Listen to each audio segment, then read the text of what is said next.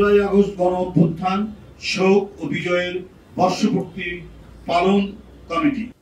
বন্ধুরা আমার, আপনারা জানেন সেই অবিরাম এবং নিরন্তর সংগ্রামের মধ্যে দিয়ে বিজয় লাভ করেছি গত বছর 5ই আগস্ট।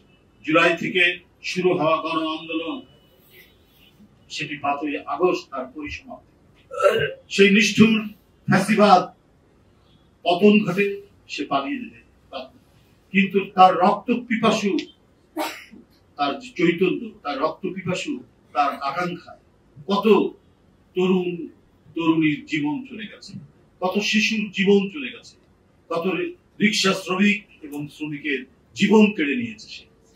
বন্ধুরা জানেন, এই জুলাই থেকে 5ই আগস্ট পর্যন্ত সারা দেশকে সে পরিণত করেছিল এক বদ্ধভূমিতে, যে বদ্ধভূমিতে শেখ হাসিনা তার পেটুয়া বাহিনী, যুবলীগ, ছাত্রলীগ উদ্ধত অস্ত্র উঁচিয়ে গণতন্ত্রকামী মানুষকে নির্মম ভাবে রাস্তাঘাটে শহীদ করেছে, হত্যা করেছে, এবং তার আইন শৃঙ্খলা বাহিনী তারাও নির্বিচারে হত্যা করেছে। এই রক্তের পিপাসা শেখ হাসিনা মেটেনি, তারপরেও শেষ দিন পর্যন্ত চেষ্টা করেছে এই ধেয়ে আসা জনতার উত্তাল তরঙ্গকে দমিয়ে দেওয়ার জন্য।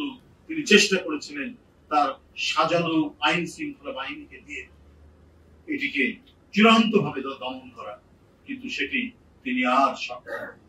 কারণ জনগণের শক্তি অমোঘ, জনগণের শক্তি বিপুল শক্তি।